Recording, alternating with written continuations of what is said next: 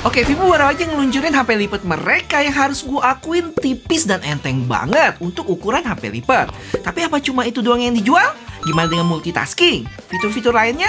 AI-nya sesakti apa? Terus apakah kameranya sesakti X100 Pro?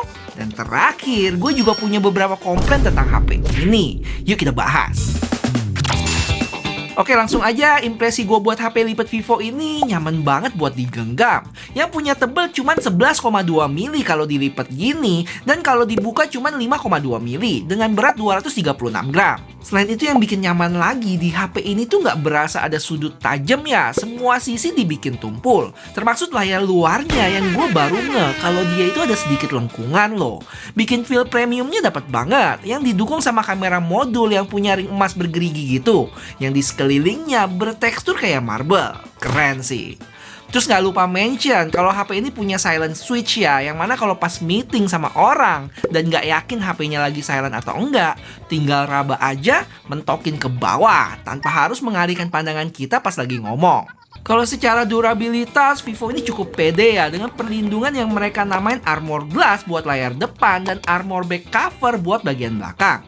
Sedangkan hinge-nya terbuat dari carbon fiber dengan lipatan yang bisa gue bilang nggak ada celahnya sih. Gue coba selipin kertas gini nggak bisa masuk.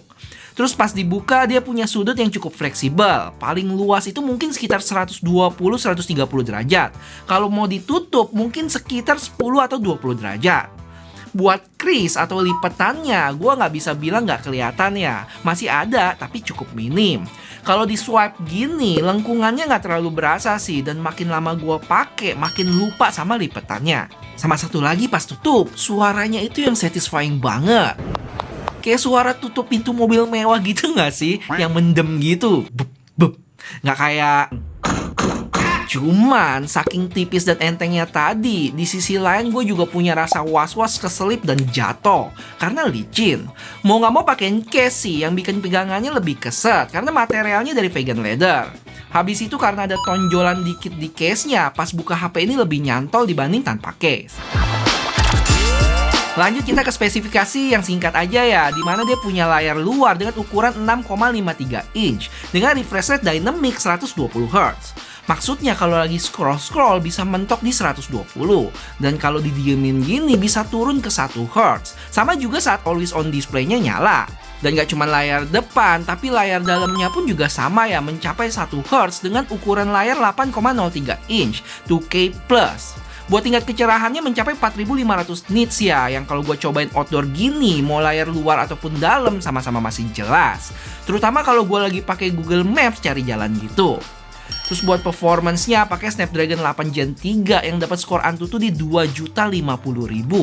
Terus dari sisi baterai punya kapasitas setara 5700 mAh ya, yang support 100 watt flash charge dan bisa wireless flash charge juga. Mantap.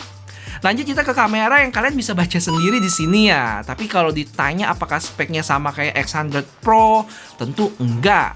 Kalau di X100 Pro itu dia punya lensa utama IMX989 dengan sensor 1 inch. Kalau yang Fold ini bukan 1 inch ya dia, dengan sensor OmniVision OV50H. Terus buat telefotonya juga beda tuh. Kayaknya spek yang sama dipakai di X100 reguler 64 megapiksel. Habis itu kamera selfie-nya ada dua ya, di dalam layar dan di luar, yang sama-sama 32 megapiksel. Buat hasil foto dan videonya nanti kita bahas di belakang. Untuk spek lainnya, HP ini udah HP 5G, stereo speaker, IPX8 yang selain aman kena cipratan bisa dicelup juga. Habis itu ada AR blaster, NFC multifunction, dan terakhir ini wow, yaitu fingerprint dalam layar 3D ultrasonic yang cepat banget dan akurat juga ya. Plus nggak cuma di layar luar, tapi di dalamnya yang sebelah kanan sini. Pertanyaan selanjutnya, kalau ada dua layar gitu, regis sidik jarinya tetap sekali atau 2 kali bang? Oke, gue coba regis jempol kiri gue ini ya. Dan setelah kelar, jawabannya adalah regis sekali doang. Bisa langsung kedetek di dua layar. Selain layarnya yang lebih gede, yang ngebedain HP lipat dengan batangan itu adalah software. Dimana software ini harus bisa memaksimalkan layarnya yang luas tadi ya. Misalnya saat buka settings, menu utama ada di sebelah kiri dan isinya di kanan. Habis itu salah satu ciri khas dari software HP lipat adalah adanya taskbar di tengah bawah sini. Yang mana bagian kiri ini app-app yang udah kita tentuin maksimal ada 5 ya. Dan di sebelah kanan app-app yang baru aja dibuka. Kalau mau tampilin app yang nggak ada di sana, kita bisa pencet titik-titik yang ada di pojok buat tampilin semua app. Dan dari taskbar ini, kita bisa lakuin multitasking yang merupakan salah satu fitur utama dari HP lipat. Di mana kita bisa tahan ikonnya dan taruh di tengah buat small window, atau taruh di salah satu di keempat sisinya buat lakuin split screen. Gak cuman kanan kiri, tapi juga atas bawah ya, yang bakal kepake banget buat YouTubean. Jadi bisa nonton full screen dibanding kanan kiri yang jadi kecil banget. Dari split screen ini pun bisa kita kombinasiin dengan small window ya, yang maksimal bisa keluarin 2. Dan sejauh ini performanya lancar-lancar aja. Kalau mau lebih dari itu, window yang terakhir bakal disimpan di sebelah kanan yang bisa kita buka lagi. Terus nggak lengkap kalau nggak ngomongin gesture. Di antaranya, kalau mau split screen, kita bisa bengkokin dikit layarnya terus buka lagi. Atau swipe 3 jari ke atas. Selain multitasking, dia juga ada fitur yang namanya flex mode, dimana saat kita lipat setengah, layar bawahnya itu bakal jadi trackpad mouse gitu. Kalau touch 1 jari buat gerakin kursor sama tab, kalau tahan 2 jari bisa buat scroll. Di atas ini juga ada beberapa tombol ya, kayak keluarin control center, brightness, volume, dan ambil screenshot. Dan karena sudut hinge-nya yang cukup luas tadi, bisa atur layarnya lebih dongak dikit, bakal bikin pengalamannya lebih enak sih daripada tegak lurus. Tinggal konekin sama Bluetooth keyboard udah bisa jadi mini komputer sih ini. Atau kalau dirasa kalian cuma butuh layar luarnya aja, kalau ditengkurupin gini, otomatis layar depannya bisa nyala ya. Jadi mungkin bakal lebih estetik kayak gelar tenda gitu. Dan masih di posisi yang sama, kalau kita matiin layarnya dan AOD-nya nyala, bisa jadi pajangan jam yang cakep juga nih. Terus kalau ngomongin AI, HP ini juga nggak ketinggalan ya. Punya nama keren Smartphone AI. Misalnya di app Recorder bisa transcribe audio ke teks yang nggak cuma bahasa Inggris, tapi Indonesia dan beberapa bahasa lainnya bisa. Habis itu hasilnya bisa diringkas dan sejauh ini cukup akurat sih. Dan itu tadi berupa audio. Kalau sumbernya sendiri udah berupa teks, kita juga bisa ringkas pakai aplikasi notes bawaan. Misalnya ada catatan atau artikel panjang bisa diringkas di sini nih. Lagi-lagi nggak cuma bahasa Inggris ya, ini gue cobain pakai bahasa Indonesia. Habis itu dari halaman manapun, entah browser sampai galeri, semua teks yang ada di sana bisa ditranslate. Caranya cuma keluarin sidebar dan pilih screen translation. Cara kerjanya sih simple ya. Dari layar sekarang mereka bakal pakai Google Lens buat translate-nya. Terus bisa dibacain juga. Cara tampil tampan. Karena spek hardware kameranya aja udah beda dari X100 Pro, jelas kualitasnya juga lebih baik di X100 Pro ya, terutama buat telefoto.